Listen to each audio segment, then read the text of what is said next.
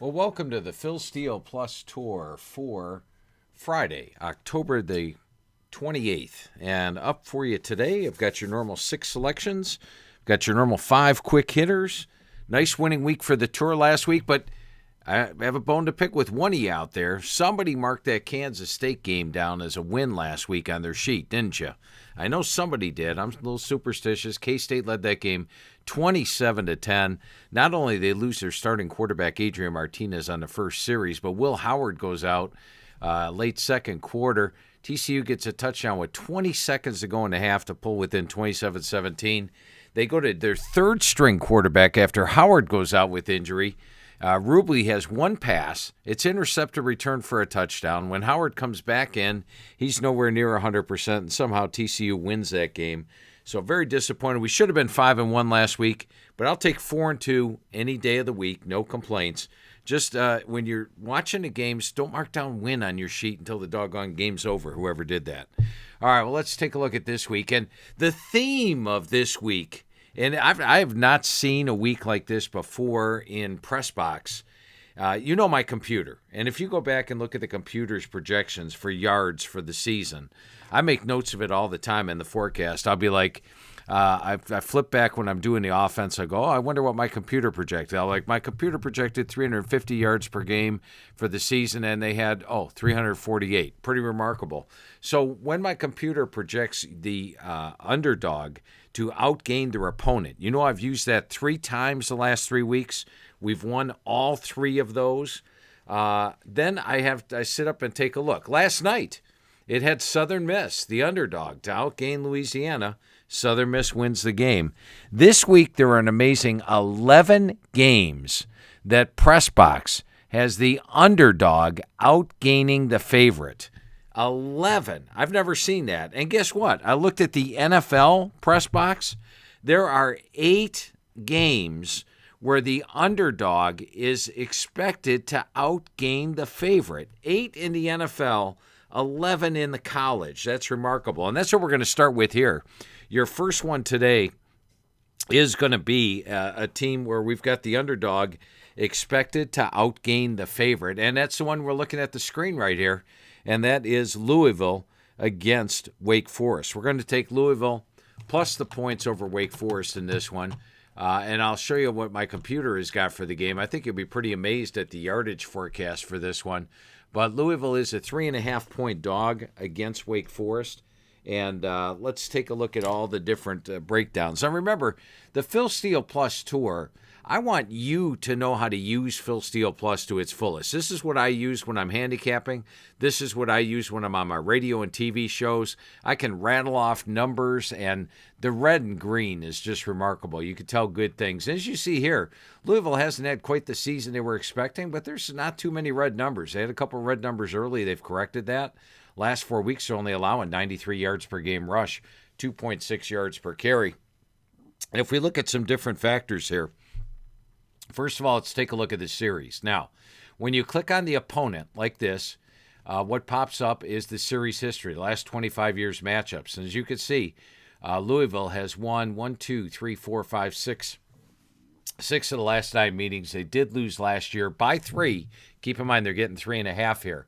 Once again, the beautiful thing here is if this number is green, that means the team won the game. If the number's red, that means the team's lost the game. You don't even have to look at the score. You know that Louisville is 6-3 straight up.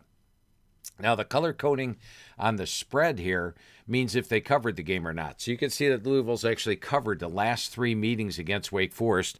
And if we delve a little bit deeper, we see that the underdog in this series, look, dog, favorite 1, dog 1, dog 1, dog 1, dog 1, dog 1, dog 1. So the underdog is 7-1 the last 8. So we got series history going for us. That's a good thing. Who's played the tougher schedule? Now, I have this page right here. I'm going to show it to you. This one right here. When you get this page on your screen as a Phil Steele Plus member, bookmark it. When you bookmark this page, it makes it easy to get to everything. The one thing I want to show you here is the strength of schedule. So let's take a look at the strength of schedule on this game. And we're going to see Louisville. Let's find Louisville in here. They have taken on the number 15 toughest schedule so far this year. And Wake Forest is way down here at number 77. So Louisville's taken on a much tougher schedule this year, 15 against 77. Mississippi State's taken on the toughest schedule in the country so far this year. FIU, Army, Coastal Carolina have all taken on among the weakest. The reason I want to point that out, we'll go to our team page here and bring Louisville back up, is that if you look at the yards, even though Louisville's taken on a much tougher schedule, they are plus 61 yards per game this year. Wake Forest is plus 63 yards per game. So that means Louisville, against a much tougher schedule, has got the same stats. That's always a good sign. Louisville has got the defensive edge coming in as well. They are holding opponents to 55 yards per game below their season average. Wake is allowing 3 above their season average. This column, it's in the magazine, so you should be familiar with it. But in case you're not, this means, like here, they held Pitt to a season low. That's what the number 1 means. And they held them 105 yards per game below their season average. So that means Pitt, in all their other games this year, take the 105 added to the 326, they're averaging 431 games in all games except for Louisville. Against Louisville, they were held to 326, and they are 105 below their average. As you see, they also held USF to a season low. They held UCF to a second season low. There are no season lows over here. In fact, Wake gave up to Clemson 157 yards above their season average. 3-3, there's a 5 and an 8. So defensive edge, Louisville. I also like the fact they get pressure on the quarterback. And once again, we color code everything green and red, so you could tell right off the bat. This number's in green. That means 12.1%. It's a really good number. They've got 24 sacks. They sack the quarterback on 12.4% of their dropbacks. They should be able to blow up that slow mesh of the Wake Forest offense. The AGG, last 4 weeks, and overall, Louisville's playing to a 106.6. Wake Forest playing to a 105. Add in the home field edge, you've got Louisville by 5.6, and once again, they're the underdog. But here's the clincher, and it's what I love about PressBox. We go to PressBox. The PressBox gives you every game. Now, I don't forecast a game until I look at my PressBox numbers. And inside the PressBox, you actually get the projected yards rushing, yards passing, yards, total yards, points, and the schedule strength. As you see, that's in here already. So Louisville is actually favored to gain forecast by my computer to have 471 yards. Wake Forest 338. That's remarkable because we have an underdog here. So I'm going heavy on this one with Louisville plus 3.5 over Wake Forest. Look at that yardage edge. And once again, I do want to tell you, there are 11 college football games this week. They're rare. I've been pulling out like one per week. I've given them to you the last 3 weeks. They've all won. They've all covered. It's all been great. I say my computer says the underdog is going to have the yardage edge, and they've all covered the last 3 weeks. Well, guess what? There are 11 games this week, which PressBox has got that. And so it's Halloween. I'm rolling out a special for you this week.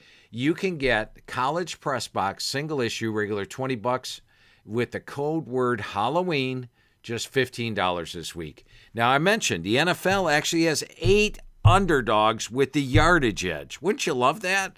You get 8 underdogs with the yardage edge. NFL PressBox had a big winning year last year. You can get this week's NFL PressBox for $20 with the code word Halloween, just $15. And I tell you what, I'll give you both, the college and the NFL, regular $40. We normally reduce it to $30. I'll give it to you for the price of just one of them, $20. But what you'll get is 8 underdogs in college PressBox. There are 11 underdogs in college PressBox that will outgain their opponent. One of them was Southern Miss already. And then 8 in the NFL. So you'll get 18 more games, 17 more besides Wake Forest and Louisville that you can use for this weekend. So use that code word Halloween. Make sure you get it. And let's hope we move to 4-0 here for the underdog outgain opponent on the inside the PressBox store. All right, let's go to a history play this week. Last week, I gave you a really nice history play, didn't I? I showed you Wisconsin-Purdue. That Wisconsin had won 15 straight games against Purdue, and Wisconsin dominated the game, jumped out to a big lead. Purdue got a couple of late scores, but it was an easy win. Well, I've got another series one for you today. We're going to put Notre Dame on the left. They are the underdog.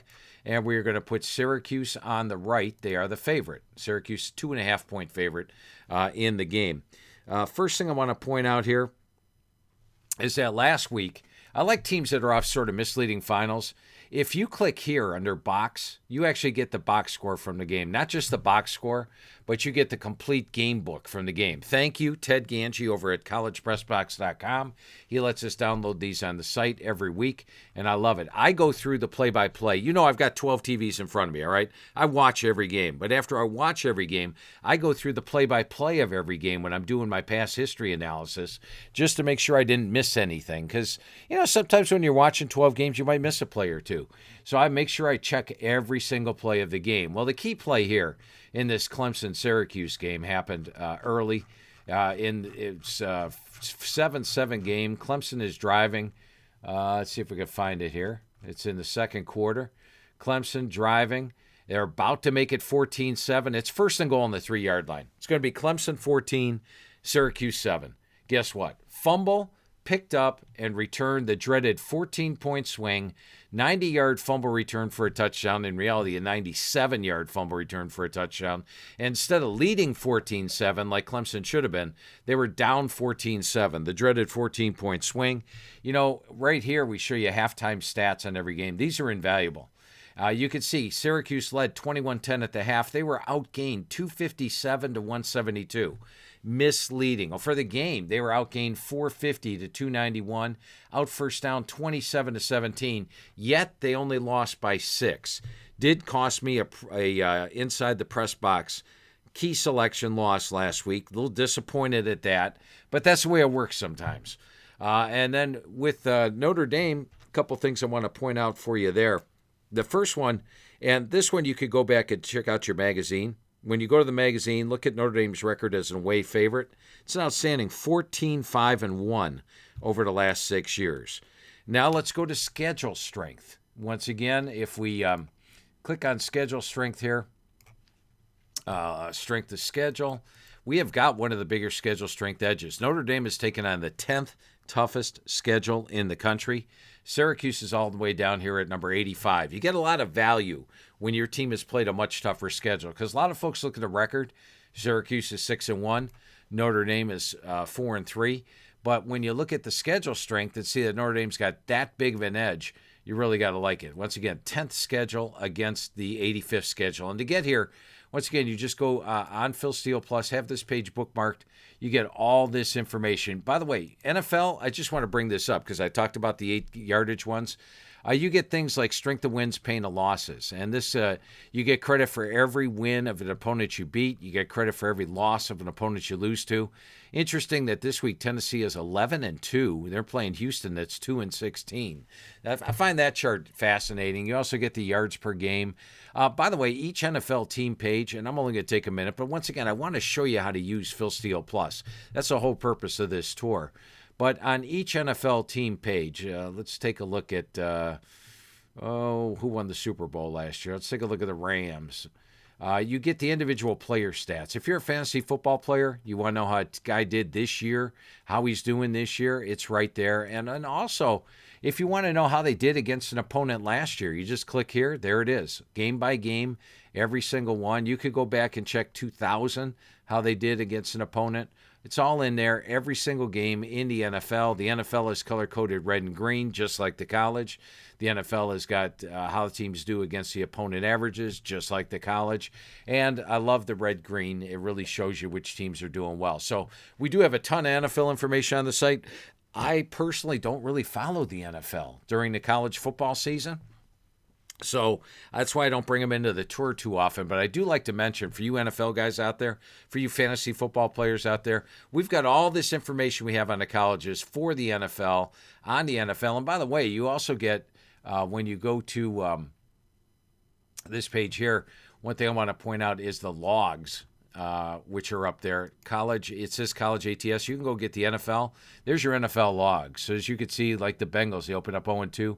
They've covered 5 games in a row. There's your spreads on every game. There's your totals on every game.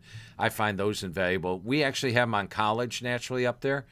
You can get nice spread things. I like to play on streaks. BYU's lost 6 in a row. That might give you a little hint of something to do with Friday. And then how about the FCS? No one in the country has FCS logs. I follow the lines. Not only we have the last 5 years logs, but we've got this year's up to date. You'll find these invaluable. I'm sure you're not marking down the lines on the FCS games. We are. I do. You got them right there at your fingertips. So it's all on there, part of the wealth of information that is on Phil Steele Plus. The final thing I want to cap off with here, though, and the reason I called it a history play, here's a stat for you guys. Now, you can go back here and look at the last 40 years' results, okay? It takes you all the way back to 1976. You could go back and look at Notre Dame against the ACC. I did it. You could go back and look at every ACC game. Do you know that Notre Dame has won 25 games in a row in the regular season against the ACC? Remember, in 2020, they were in the ACC, and they won every game in the regular season, including beating Clemson in this game. So they are a team that has won 25 games in a row against the ACC. They're taking on a Syracuse team off a misleading final. The Irish do well on the road. Add it all up, I like Notre Dame plus 2.5. Let's lock that one in as our second key selection here on the Phil Steele Plus Tour. Let's go to the third one, and we're going to get some line value on this play. And it's, you know, turnovers equals turnaround in the magazine. If you have great success on turnovers one year, you generally don't have great success on turnovers the next year. Guess what? It also applies to in season. And we got one here this week. We're going to put Miami on the left. We're going to put Virginia on the right. Now, just 2 weeks ago, Miami went into Virginia Tech. And once again, you could see they led 17-0 at the half. They led 20-0. Check your box score in a game. You can go see that Virginia Tech got a touchdown with 12 minutes left, a touchdown with 3:20 left, pulled into 20-14. But if you're watching the game, you know it was 20-0. Miami had that thing completely in control. Coming into last week, had Miami played Virginia on the road, I get my Vegas numbers, Miami would have been a 10-point favorite against Virginia on the road. This week, they're a 2-point favorite. Why? They lost to Duke 45-21. Miami stinks. They're horrible. They're awful. Well, guess what? I watched the game. This is a game where Miami had an amazing number. How about 8 turnovers? And look at this.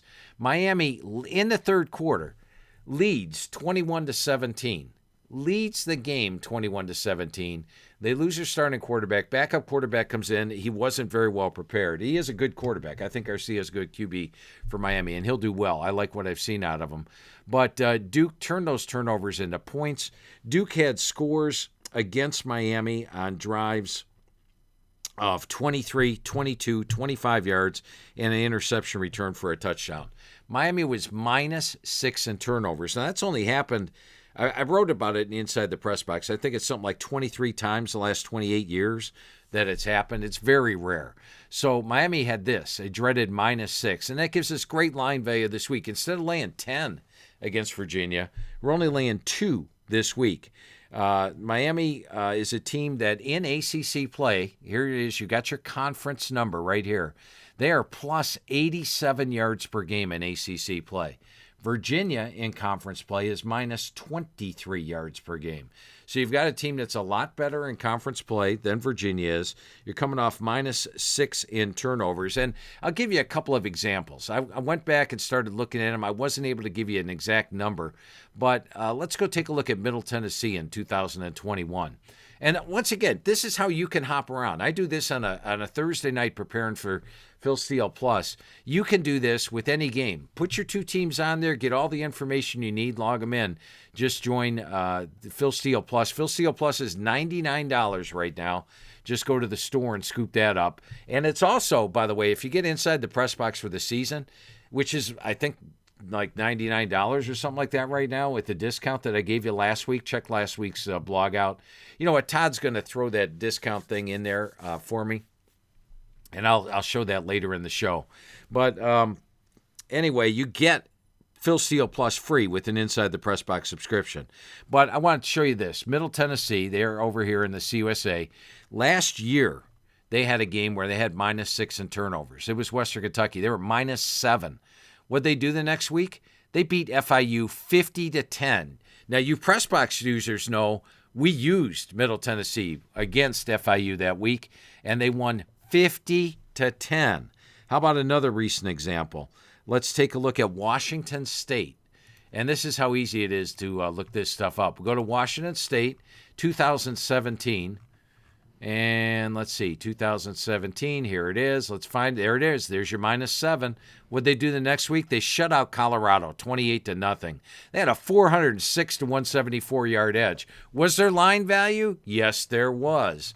Let's see what the spread was on that game. Oh, I don't know what the spread was in 2017. Yes, you do. Got it right here at your fingertips. 2017, they were -10 and won the game 28-0. So you talk about value. We're taking a team, turnovers equals turnaround, off a -6 in turnovers. That's plus 87 yards per game in ACC play. Virginia's -23 yards in ACC play. And the final factor is Miami's got a young offensive line that has really struggled at times this year. I want to show you Miami's pass rush. And this is always, I love matchups. Miami's got 24 sacks this year. 13% of the time the QB drops back, they sack them. They've had 3, 5, 6, 3. They get pressure on the quarterback against a young offensive line. So I like the matchup. I like the value. And, one more thing. Sorry, I got another thing to throw in here for you. But it really cements the case on this one. And that is, we're going to go to this page and take a look at the special teams. And if you want to know the special teams ratings, yeah, I've got special teams in the magazine, but they change. I had Michigan #1 coming in the year. Right now, they're number 10. They still have a chance of getting to #1, but they're number 10 right now. These are updated every week. Now, I say they're updated every week, but our boy Todd hasn't updated them since 10/18. He'll have it updated for you shortly, maybe even by the end of this show. But Miami comes in number 6 in my special teams ratings. Right here, they were number 8 2 weeks ago. Todd's getting a little lazy over there. And when you look at Virginia, Virginia is all the way down here. They were number 118. They're actually 121 this week. So Miami's number 6. Virginia's number 121. And that's a great special teams edge. So you got the yardage edge, you got the matchup edge, you got the special teams edge, you got the value. We got a lot of stuff going on there. Nobody wants to play Miami this week. Nobody. Miami's horrible. They're garbage. We're taking Miami -2 over Virginia. All right, we got some more plays coming up. This is my revenge play of the week. We're going to put Michigan State on the left. We're going to put Michigan on the right. Michigan State there, Michigan on the right. Now, last year, these two played. You want to know how the game went? Once again, here's your box right there. We're going to click on the box. Michigan had this game locked up and sealed. It's 30-14, and if you're watching the game, it's all Michigan. Michigan State doesn't have a chance. It's like 4th down, deep in Michigan, or 4th down, and Michigan State gets a touchdown. They had a lot of fluky stuff go on at the end. Somehow they come back and win. So Michigan blew a 16-point lead, and it was an aggravating loss. Michigan talked about this all offseason.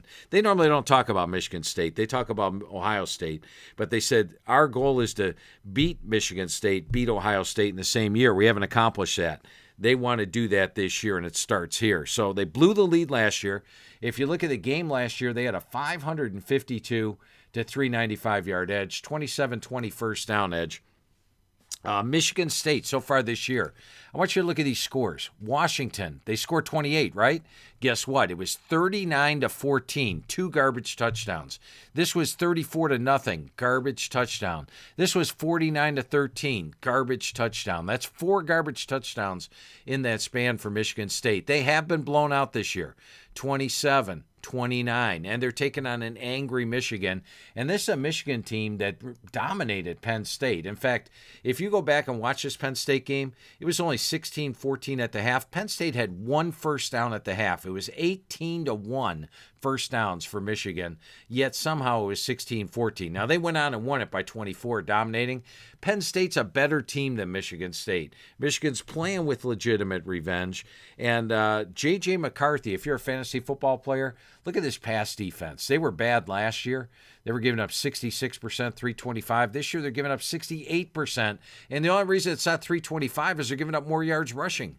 I think J.J. McCarthy's going to have a big week this week, maybe 300-400 yards passing, because I expect Michigan State to stack the line and try to take away the run.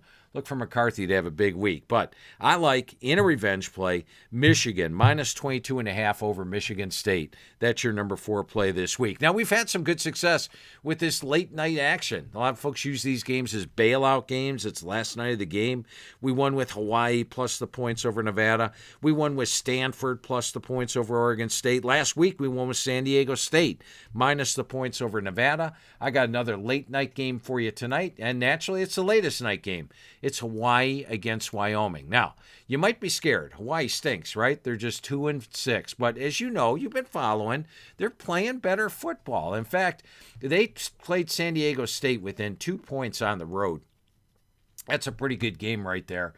Then they beat Nevada. We won with them here on the Phil Steele Plus Tour. You guys all remember that game. And then last week, they actually led Colorado State 13-3 at the half. Ended up losing by 4, but Hawaii doesn't play well on the road. They play much better at home. So you've got a Hawaii team that at home is, let me get the record here, 21-11 straight up at home the last 5 years. And it makes sense. When they travel to the mainland, why don't they do well? Well, it's a long trip. And you have to adjust, time change, all that stuff. When you're at home, it's much different. The other team's got the long trip coming out there. And speaking of home edge, Wyoming is one of the best home edges out there. They are a great home team.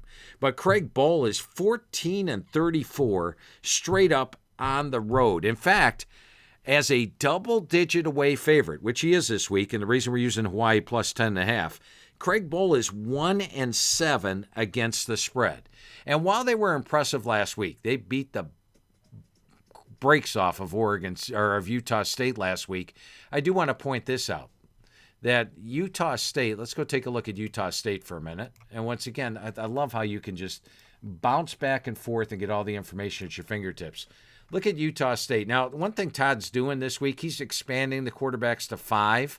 And you need to do that with Utah State because Logan Bonner out for the year. So they go to second-string quarterback Cooper Lagasse.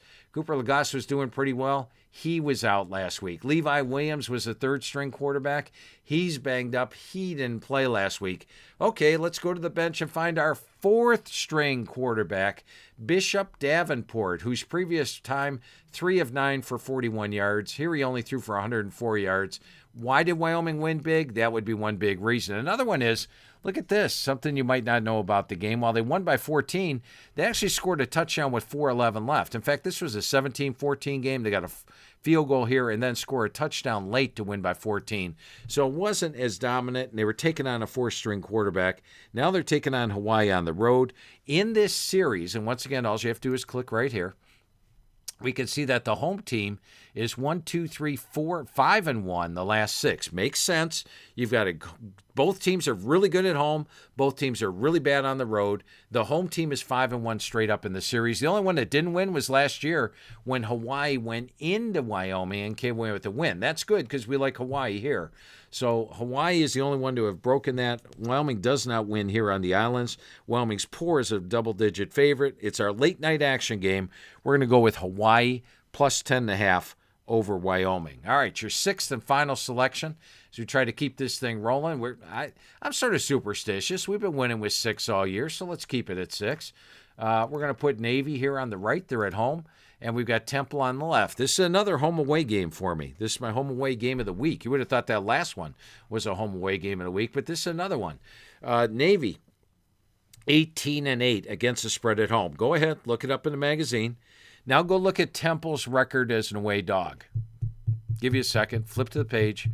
You're there. Look under away dog. Okay, you can see the recent record. A lot of zeros there, huh? They also lost at Duke, at Memphis, and at UCF this year. So they were 0-3, 0-5 as an away dog coming into the year. They're now 0-8 as an away dog. But the one thing I want to really concentrate on here, well, 2 things. But look at the Temple. Last week when Temple played Tulsa at home, I was having a conversation with the staff, and I pointed out Temple's only given up like 300 yards per game at home. They're 275. But on the road, they're giving up 523.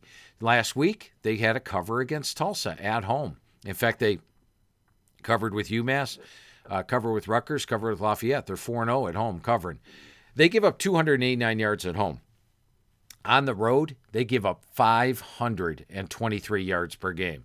The average loss on the road, 41-3. So Temple does not do well at the road. Now, another thing I want to point out, and the nice thing here in this last 40 years results, you want to find out anything. We've got it all down here at the bottom. When did Ken Niumatalolo take over? 2008, How's he done? When did they join a conference? Here they were an independent. They joined the AAC. Now, the option, the key to taking on the option is familiarity. Whether you have an extra week to prepare for it or whether you've had years to prepare for it. Maybe you play it every year. Wyoming always does well against the option because they play it every year. This is Stan Drayton's first crack at defending the option. Let's look how Navy did in their first 2 years in the AAC. The AAC had no clue about Navy. They hadn't been playing them, the American Conference. Navy comes in their first 2 years. They're 7-1, 7-1. They did extremely well. Then teams started catching on to the option, and the record sort of evened out after that. Now, Temple is in their first year defending the option. So I like that factor. You've got the fact that Navy last year played Temple on the road. Let's go take a look at that game. Navy beat Temple 38-14 in that game. They had a nice win. They held Temple to 182 yards. That was on the road where Temple plays better. Now they get them at home. So first shot at the option. Navy's an outstanding home team, 18-8 against the spread. Temple is 0-8 against the spread as an away dog. They give up 523 yards per game on the road. It's Temple's first crack at the option. It's my home away game of the week. We're taking Navy minus 13.5 over Temple. Okay, we got 6 selections in. By the way, Todd did get that special up here, the one we threw up last week. I'll throw it up again just in case you have an interest. Won't take much time on it. Talked about it last week. But once again, if you sign up with PressBox for the rest of the year, you get the Phil Steele Plus free. And if you want to get Phil Steele Plus for $89, right here, use this code word PressBox Plus. So that's if you want it for the season. I suggest try it out for the week this week with that Halloween code. Great deal. Or get it for the season. And you can be using Phil Steele Plus tonight, tomorrow morning. You can be on Phil Steele Plus. If you get PressBox for the rest of the year, you get it for free. All right, 5 quick hitters for you. Let's get to them. We're going to start with Tulsa against SMU. We're going to put SMU on the left and Tulsa on the right. Let's get SMU here. Get Tulsa over here. A couple things I like about this series. Take a look at how they've done against each other. Tulsa at home against SMU has 1 and covered, 1 and covered, 1, 1, and 1. Tulsa has won their last 5 games at home against SMU. Montgomery is 25-18 ATS as a dog. And, I told you there's a lot of games in PressBox this week where the underdog is scheduled to outgain the favorite. All right, here's another one of them. Tulsa with a 472 to 426 yard edge. They're the underdog. They're at home. They're getting 2.5. SMU hasn't won here their last 5 trips. We're taking Tulsa plus 2.5 over SMU with a 472, 426 yard edge. And by the way, if you get PressBox, what I want you to do each week, when you get your final box scores, write down the number next to it. And if it's within 25 yards rushing, 25 yards passing, or 25 total yards, circle it. You're going to have circles all over your inside the press box, and you're going to love it. It's like getting the press box. It's like getting the box score of the game in advance. That's how accurate it is. All right, we got 4 FCS games I want to touch on. These are a lot of fun. And you know what? You get a lot of line value. Not a lot of people know anything about the FCS. You know everything about it. It's all at your fingertips. And all you have to do, and I do it every week, on Thursday night, I just click on one team on the left, the other one on the right, and I say, okay, hey, there we go. There's some value there. We're going to put the Fordham Rams on the left. Fordham is a high-scoring team this year. And you guys are familiar with Holy Cross. We've used Holy Cross twice this year. They've delivered for us both times. We've used them here on the tour. Love Holy Cross. But we're actually going against them this week. Pretty strange. Holy Cross is a team that last week struggled against Lafayette. What the heck happened? Only 181 yards offense. This is usually a pretty productive offense. So I look to see, take a quick break there. If Sluka was out, no, Sluka played. Sluka was top rusher played. So it wasn't like they were missing their top offensive weapons, but they struggled, only 7 first downs. So a tough week last week for them. Fordham is a team that gives you backdoor potential in any game. Most explosive offense out there. You see this number? 621 yards. Now, earlier in the year, remember I used them in that over in the Ohio game? And boom, 59-52. You have 2 explosive offenses, 2 weak defenses. But their defense actually getting better. Look at this, 477, 279, 321. They're only allowing 442 yards per game the last 4 games. And if you go back the last 3 games, it's even less than that. So defense playing better. The offense, Tim DeMorat, 33 touchdowns, 4 interceptions. This Kokosilias has got 800 yards receiving. He's got 747. This is an explosive offense. And Julius Lawridge is a guy that's running for 7 yards a carry. And Snead adds in another 541. They can score some points. Now, Holy Cross is a very good team. Holy Cross is a playoff team. I love Holy Cross. But this week they're given 15.5. And if you look at the last 4 weeks, Fordham's playing to a 78.4 level, and I love this stat here. Gives you the stats for the last 4 weeks, but also the average game grade. Holy Cross only playing to a 71.8 level the last 4 weeks. So the last 4 weeks, it's saying Fordham wins the game outright. We're getting 15.5 points here. Take Fordham plus 15.5. All right, let's line up another one. We've talked about Mercer here a couple times. Mercer has been a dynamic, explosive team, and they are just dominating opponents. Look at some of these scores. Gardner-Webb's a really good team. They beat them 45-14. Wofford 42-7. West Carolina 49-6. They won by 22 against an Eastern Tennessee State team that was in the playoffs last year. They are really good. This is my FCS log play of the week. What do I mean by that? Well, let's go take a look. Click over here. Click on the ATS logs, FCS logs. Let's see how Mercer has done this year. Now, I brought out the Mercer game last week. Here we go. Mercer win. They have lost once. They did not cover last week against Chattanooga. So you have a really good team whose only losses are to Chattanooga and Auburn on the road, coming off a loss. I love that. I love good teams off a loss. That is 7-1 against the spread this year. What about VMI?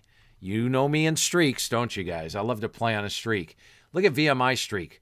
Lost. 7 in a row. They're going for 8 in a row this week. And do they deserve 7 in a row? Was there something fluky about that 7 in a row? Their offense is averaging 287 yards per game. Last week they had 3 points against Furman. They're averaging 16 points per game. Haven't taken on overwhelming opponents, and they're getting beat and beat bad. In conference play, they're minus 224 yards per game. Mercer is plus 198 yards per game. And if you look at my average game grades here, the last 4 weeks have Mercer playing at 92.6, VMI at 52. Give them a 2-point home edge, it's 54. You're still looking at 38 points. Mercer's only minus 24.5 here. We got a really, really good team that likes to blow teams out against a really, really bad team that's lost 7 in a row against the spread. Take Mercer minus 24.5. Speaking of Chattanooga just beat Mercer last week, so they got to be pretty good, huh? They are pretty good. They're probably the best team in the conference, and now they should be able to make the playoffs this year after that huge win last week. Their only loss, come on, guys, Illinois. Everybody's going to lose to Illinois, and I watched that game. It was actually closer in the first half than 31-0. I thought they played a decent first half. Preston Hutchinson, go look it up on the Eastern Michigan page. You'll see he was the Eastern Michigan quarterback last couple years. So you got a pretty good quarterback playing for you. Ford's run for 815 yards, and defensively they're holding opponents to 72 yards per game below their season average. Now, Furman's not a bad team. Furman comes into this 6-2 as well. Haven't played as tough a schedule as has Chattanooga. Their defense is allowing teams 28 yards per game above their season average, so we definitely have the defensive edge here with Chattanooga in this one. Also, the last 4 weeks, Chattanooga is playing at an 88.5 level. It had that really nice win over Mercer. These guys are playing at a 73.6 level. Now, since they're a good team, I'm going to give them the full 3-point home edge here for Furman. That would make them, for this year, up to 76.6. So you're basically looking at a 12-point margin in favor of Chattanooga. Chattanooga's laying 2.5 on the road. Better defense. Very impressed with Chattanooga last week. They beat Mercer by 20. I think they can beat this Furman team by that score as well. Last year, Chattanooga won 13-3. Look at the yardage edge. 418 to 157 in favor of Chattanooga. And Chattanooga's a better team than they were last year.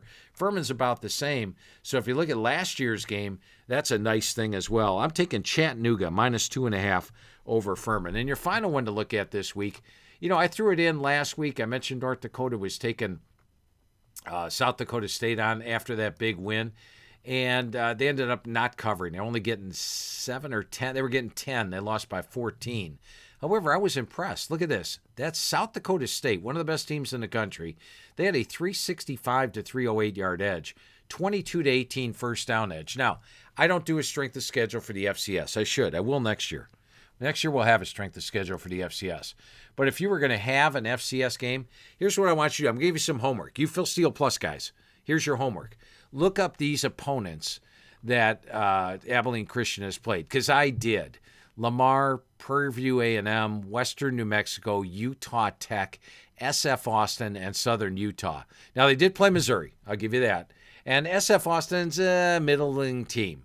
The other teams are all pretty doggone bad. Yes, this is a team that comes in here 5-2, Abilene Christian, but they have played an extremely soft schedule. Look at the schedule that North Dakota has played. Nebraska, Northern Iowa, Northern Arizona, Southern Illinois. Once again, go look up these teams. You're going to see a whole bunch of green, a whole bunch of wins. Missouri State, that's Bobby Petrino's team. Youngstown State, we use them here on the tour. South Dakota State, they have played a lot of good teams. They haven't really even played a weak team.